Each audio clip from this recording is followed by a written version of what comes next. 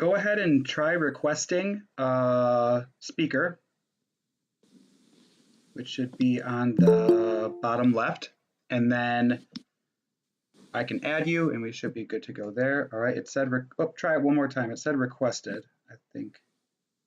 Kind of just went away.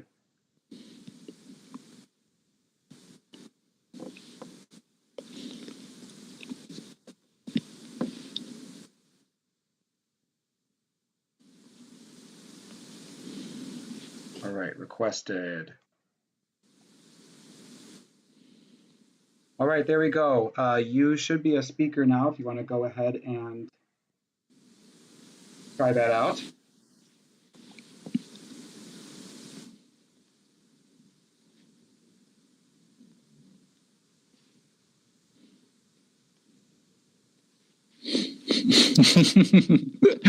Technology struggles. Here we go. Start listening. Okay. All right, cool. Requested. Approved. Wonderful. We got there eventually. All right, cool. And I see our CMO has also joined, so he'll just need to request as well. Okay, that sounds great. All right, awesome. I see some people trickling in now.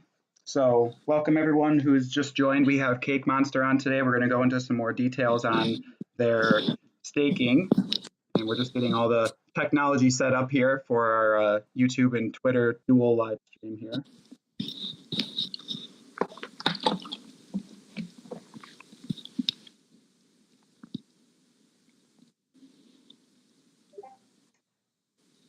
Okay, apparently the CMO, the Chief Math Officer, he's requested, there we go, awesome.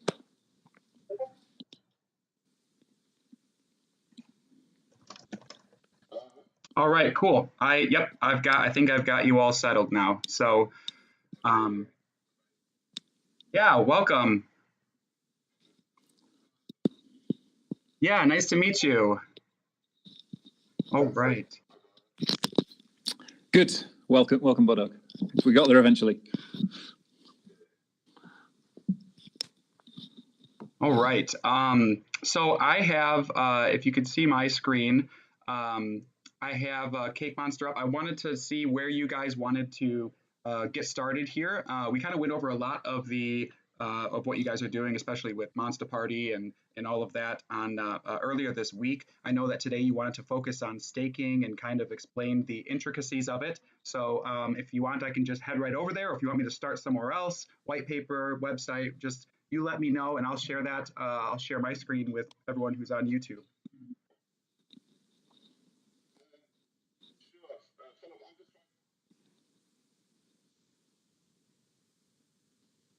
I think I lost you there for a second.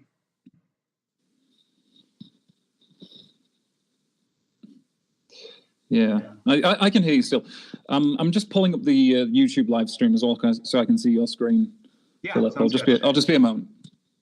Awesome, no problem.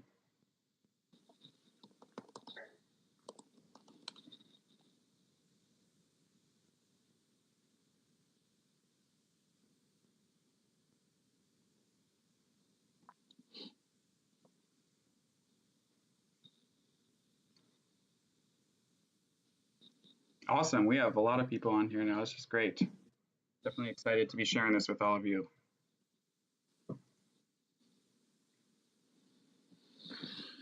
We have someone on YouTube who says, when Bud Dog? Oh, we got Bud Dog. Budog's in the house, guys. All right, I'm good to go now. I've got you all loaded up on YouTube, so I can see the screen. Okay, awesome. So you let me know where you want me to go. I can head right over to staking right away and hand it over to you guys, or we can start at the white paper or website or wherever makes the most sense to you guys.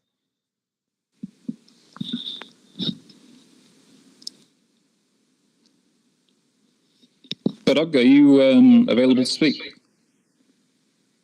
Sorry. Oh, there we go. Cool. Okay. I've been speaking to myself all the time. Oh.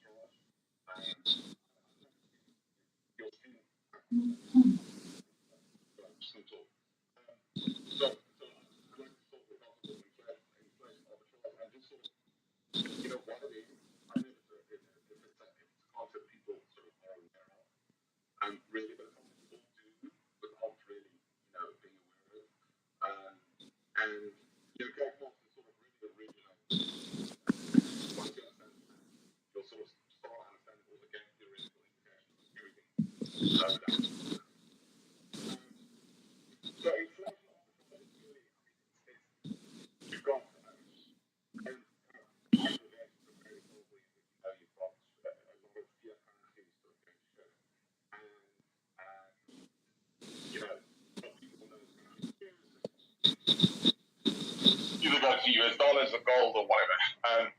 An asset that is basically deflating relative to their fiat currency. So deflation and inflation are always relative to each other. You can have the Turkish lira, no offense, my Turkish friends, versus the Swiss franc, and the Swiss franc will be a more deflationary currency relative to the Swiss franc. But in the same breath, you've got Bitcoin, which would be a deflationary currency relative to the Swiss franc.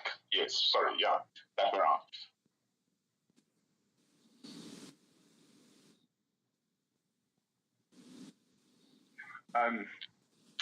People love to talk about, but we all know, inflation is screwed. That's pretty standard knowledge. The current fiat system is built on inflation and debt, et cetera, et cetera. That's a whole different conversation, and I'm sure everybody listening to the stream would understand that. So, there have been many experiments in deflationary currencies. And what's nice about deflationary is, of course, number go up. Everybody loves number go up. And deflationary currencies tend to do that because they are harder against a relatively more inflationary asset. The problem with deflationary currencies is that people tend to hoard.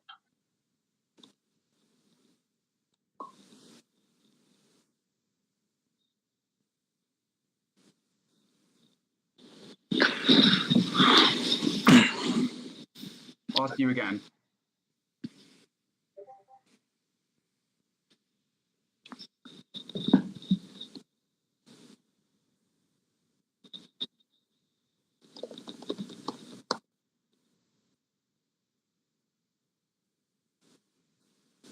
You still out there?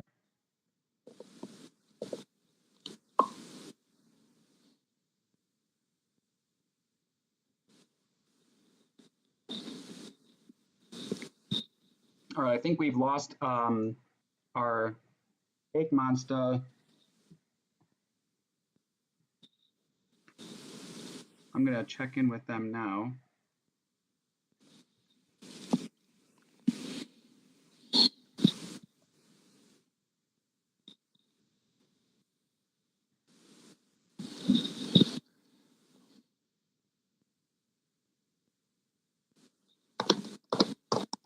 Bear with me here.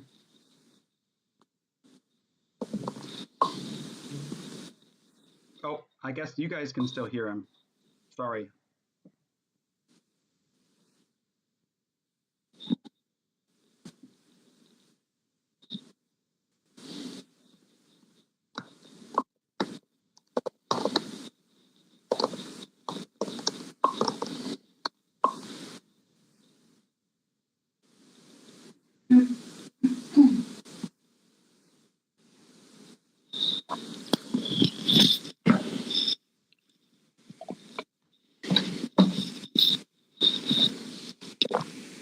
No, we can hear you.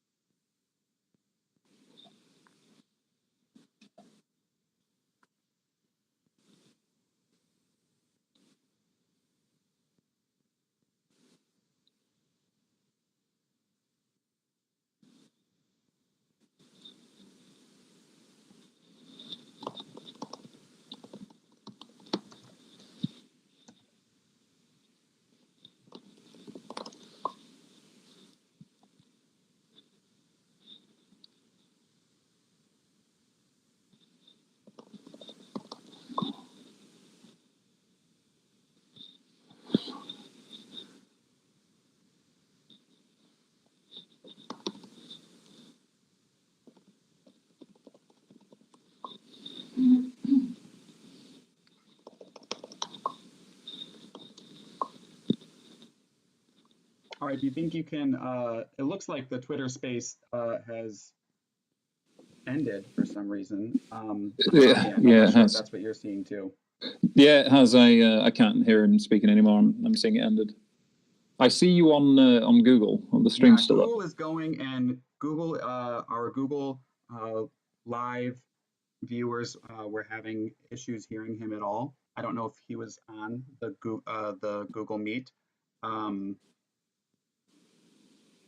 Possibly not, but if we can get him to join the Google Meet, that might simplify things a bit. Yeah, let me ask him. Sure.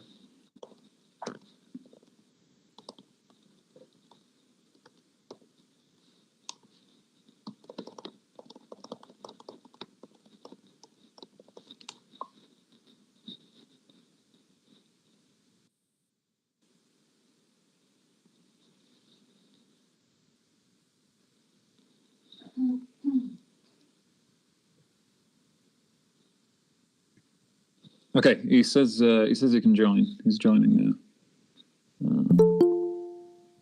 All right. Hello. Hey there. That sounds promising. Here we go. Round 2. There we go. Was it echoing? It was for me, but that was on YouTube. Twitter Spaces was perfect, but Really? YouTube, we had echo issues. Okay. So is this going? Where is this being streamed now? This So we are on Google YouTube Meet. now. Okay. Twitter Space cool. ended. I would say let's just continue on here. Okay, yeah. cool. Don't want that. No, sure. Yeah, That's we'll keep fine. it Understand. easy. Okay. Yeah. So, long story short, we all constantly chase inflation arbitrage, right? We always try and go from a softer asset to a harder asset. You do it when you buy a house, you do it when you buy stocks, you do it when you buy gold, you do it when you buy dollars, and you do it when you buy Bitcoin. You're doing it because you think that the asset you're putting your money into is going to be worth more tomorrow, primarily 99% of the time, right? So inflation arbitrage is just the act of leveraging a harder asset versus a softer asset, right? Okay, so that's really where we started. Deflation, so we discussed why deflation is nice. Deflation is nice because numbers go up, but velocity of money dries up, and as a result, things collapse. Cakemonster really started as an experiment in hyper-deflationary economics. There have been several hyper-deflationary tokens before, but all of them have failed, specifically due to the velocity problem.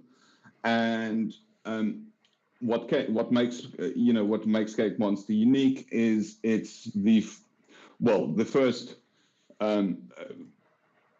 of its type of project that has been released with substantial volume in a free market that has got a solution to the sort of hoarding problem which occurs with deflationary economics.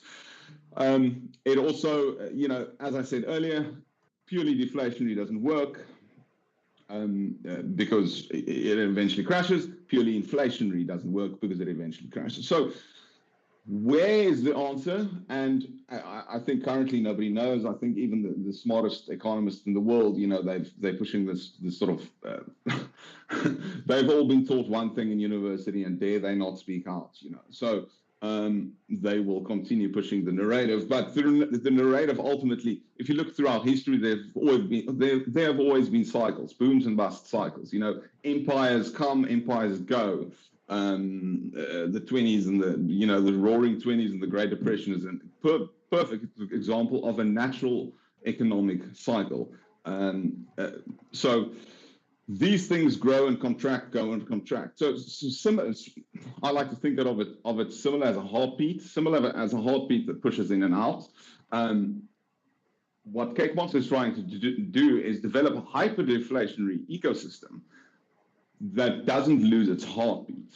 It purely does this. It does this basically with a very novel release mechanism whereby, so in short, supply is always going down. It then takes taxes on transaction, stores it in a non-correlated reserve asset, forces movement, and then every 2 years everybody gets a payout. The coins inflate back to their original supply, and they start deflating again. So this is sort of like a ball that carries on rolling and carries on rolling, versus purely deflationary economics, where they eventually, where the momentum stops. Now, why is this nice? Is because deflation, i.e., deflation means number go up relative to something else, and that's cute and all. But if your only value is the speculation of yourself, then there's no inherent value, right? So I mean, if you're deflating, but your only feature is to deflate, are you really worth much? So what Cakemonster does, it takes a tax on transaction, and it stores that tax on transaction in a non-correlated reserve asset, which I think is quite important. Which is an important point. I buy Cake and not buy Monster, right? So maybe you can kind of help me and the other listeners understand that.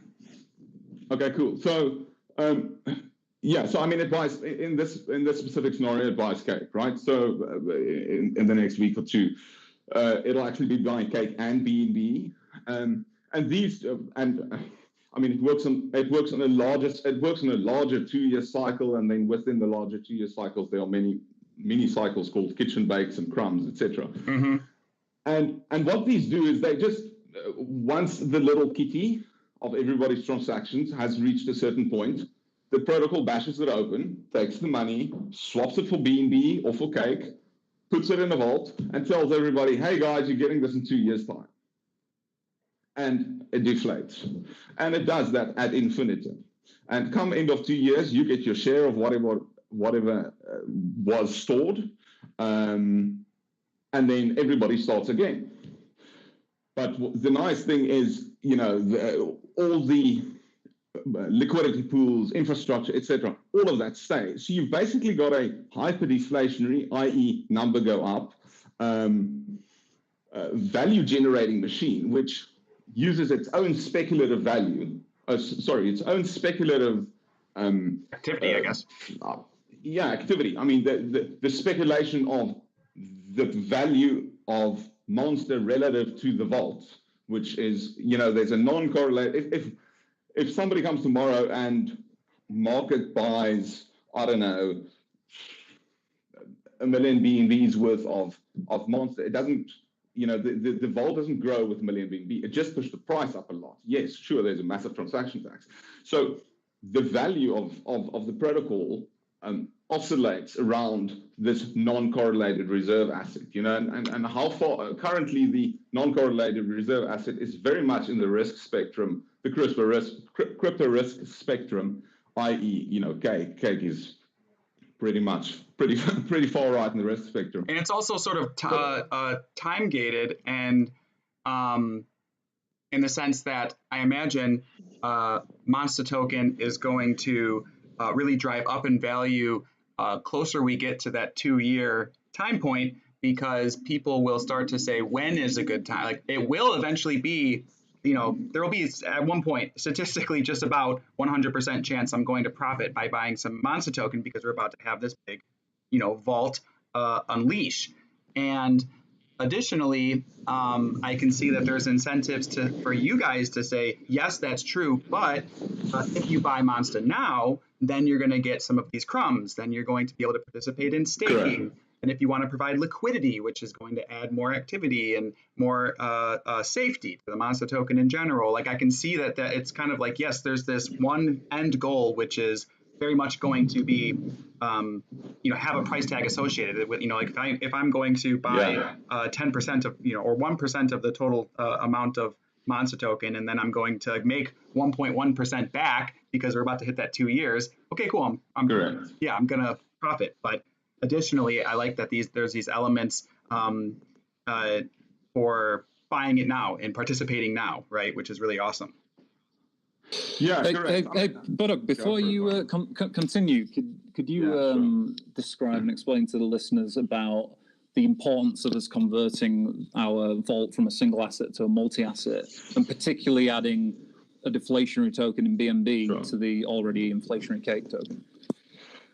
Sure. I think just before I get to that, just Philip, on your first point, I mean, if one runs a thought experiment, right? So, I mean, what you were saying now, so let's take one day before the vault opens, right? So the vault opens at a specific day. Everybody knows when the day is.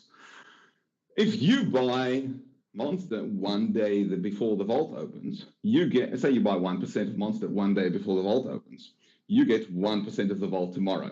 Correct. However, tomorrow the vault pays out. So the relative backing value, isn't there, and the tokens inflate again. So now you've got a juxtaposition of two different types of traders. You've got traders that want to realize, potential gain, traders that want to realize potential gains above and above the vault value, and then you've got value traders that are coming for the vault, which they would get tomorrow. So it's really interesting game theory that we've got no idea how it's going to play out. Anyway, regarding sorry. Oh, I was just going to add, Monster token right now acts more as a contract, or people who will typically, or an option, right? Like, I'm going to sell my Monster, which means I'm selling my option for this amount of vault tokens, or I'm buying right now an option for that amount in 2 years, right? So it is a very interesting thought experiment, and I think it's fun I'm excited to see where it turns out too. Yeah, it's interesting. I mean, I've described it before as a highly leveraged cake long derivative with zero liquidation risk, because like it's if cake goes presuming it's single assets, if cake does well, Monster will extremely well because it's deflationary and it's backed by cake. So it's just sort of if you're bullish on an asset, this is a very good way of accumulating that asset. And that gets to Byron's point. We looked at Cakemonster as a whole, and from a long-term sustainability point of view, and it's all very nice that we are buying, tens of thousands and hundreds of thousands of dollars worth of cake per day and per month, etc. But cake itself is an inflationary token, so it's sort of like running up, trying to roll the ball uphill. You're going to buy a lot of tokens, and there's just going to be more tokens and more tokens. So, the benefit of adding a deflationary asset like BNB to the vault is that, you are guaranteed that tomorrow there will be less tokens. So now you've got a deflationary protocol backed by a deflationary reserve asset. Right. And now it starts getting very interesting. Because then you can go out, okay, so how far on the deflationary spectrum? So if you look at the top 4 coins, right, you've got Bitcoin, Ethereum, BNB, and I think Tether is the other one. So forget about fiat, that's just a write-off. Bitcoin, you could argue, is going to be deflationary at a point.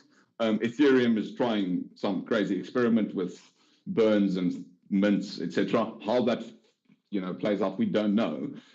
But BNB is the only highly liquid asset available on the market that is deflationary. It is more, it's harder than gold, it's harder than Bitcoin. Obviously, yes, there's centralization risk, i.e. Binance. But you also have to sort of start presuming that if a company goes from 0 to the largest company in the world in two to 4 years' time, they're probably not going to just stop. So, right. So then it becomes really, really interesting, because then you've got sort of a hard asset, and you've got a hard way of accruing it. And, that could potentially unlock a lot of value. So, and then, from there on, this is where the game theory of staking sort of comes in.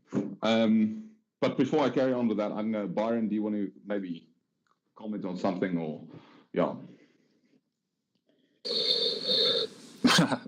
Not really. I mean, I think Okay. I think you basically described it all perfectly in a nutshell. But I think it'd be nice to move on to talking about the staking. Cool. Yeah, we're getting there. Yeah, and I know we've had a whole bunch of different technical issues and things like that, we only have about 5 minutes left in the stream. And so if we can go over the staking, I can just really give all that time over to you and not interrupt. And of course,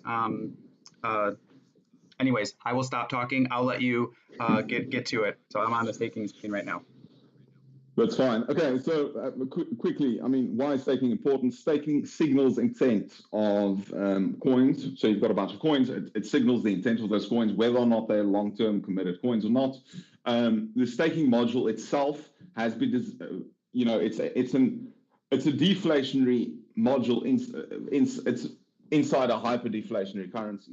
The staking module itself, although it pays people to hold, if you break that commitment to the protocol, there's a tax, and that tax helps increase the deflation of the deflation of the cycle. You've got two types of staking. You've got baking, which is my personal favorite. It's locked till cycle end. So you've got a date. At that date, the coins unlock. You don't pay any tax. You get your vault. You get your share of the next cycle's coins, and you're good to go. And then you've got staking, which works on a similar basis, except there's a 15% tax. The difference between baking and staking is a time-based APY boost. So why was that put in? Because one day before the vault opens, you know what the vault value is going to be, pretty much. Yeah. 470 days before the vault opens, you've got no idea. I mean, it could be a lot and it could be a little. So you get rewarded a lot more for baking your coins with less knowledge than you do with more knowledge. And then one of the further features is we're using a U-shaped emission curve. This curve is designed so you'll have the most rewards in the first month and the second most rewards in the last month, and then they will taper down like the shape of a U in between them. The reason for this is that people will bake and stake for the higher rewards. The U-shaped emission curve will decrease the rewards for a period of 9 months, same time as what it takes to make a baby, and then it will increase again for a period of 9 months. In that period, it will test your patience, because the APY you will be receiving on the coins will be less than the unbaked tax involved. People will evidently be be impatient with the situation, and they will unbake and they will pay the tax to the protocol, and everybody else will get more vault and more coins at the end. So it's just a system. It's a layer built on top of already hyper-deflationary layer, a layer of game theory, which sort of plays into the 3-3, sort of meme, where if you buy, stake, and hold, it's in the best interest for everybody. It plays into that, whilst at the same time being deflationary, as well as rewarding long-term holders. So, I mean, that's the quick elevator pitch on staking, basically. Awesome. No, that's. I'm glad that you did hit a main part. And I had been through the white paper and I noticed that, and that all makes sense to me now. Because I was thinking, what's up with the emissions curve kind of going all over the place, right? To me, and then there's one piece here which says it's essentially farming impatience, right? So me, I'm a very patient person. I've traded cryptos before, but I personally have never sold crypto for fiat. It's very easy for me to, I obviously know you guys pretty well at this point, and so I was just testing things out a little bit, and I saw, the two options there. I'm like, oh, I don't get it for how long? No. Okay, whatever. I don't care. Sure. 463 days. Fine. Bake it. Let's do it. I want my piece of the vault, right? There we go. And I love that you guys are adding in B&B, because last time we spoke, actually earlier this week, it wasn't even necessarily on my radar. So I'm very excited to kind of see how that experiment goes too. I kind of see that as sort of a hedge on the inflationary cake. Correct. Which is great. And as I mentioned, I want to give you as much time here. So we have a minute left or something. Anything else outside of this that, we talked about Monster Party, we talked about baking and staking. Anything else that you want to kind of leave the listeners here with as far as things that are up and coming? So I mean, I don't know if Byron has discussed Monster for Good. It's a initiative we've literally just put out 1 or 2 days ago. It was something that was on the roadmap, a little bit more in the future, but we've decided to bring it forward. It is so Cakemonster for Good. We're taking a 3-tier approach, 1 for 1. We'll start just by doing individual donations, but the eventual goal is to build same as what Cakemonster protocol is, a value accruing hyperdeflationary machine, sustainable. We want to build something that is also sustainable and that leverages the protocol to continuously do good. So as an example, and this is just something we were throwing around, one could say 1 in every 100 bakes, and the Cakemonster listeners will know what I'm talking about. 1 in every 100 bakes goes towards feeding, people in India or wherever they wouldn't, wherever help is needed. And then everybody knows, okay, cool. Well, my speculation on this token is not just, ensuring that this token is your own personal financial success. Exactly. It's also helping people, and it's a game, and it's all a game. So 1 out of 100, every 100 bakes, and you could gamify that, and you could say, okay, cool. So there's many things you can do. We are starting off with the 1-to-1 approach, and then once that works and that's proven, we'll build it into the protocol so that it's sort of as automated as possible. But yeah, we're very excited for that. So yeah. Awesome. Yeah, I'm very excited for it too. And thanks for bringing that one up, guys. Thanks so much for doing this with us today. We're really excited about your project. We very much want our users to learn more about it and get involved. I'm already involved and fun so far. So yeah, thanks so much again for joining, guys, and I'm looking forward to the next time we can get together. Fantastic, Philip. Yeah, thanks, Philip. Thanks, Budok. All right, have a good one. Take care, guys. Goodbye. Cheers. Thanks.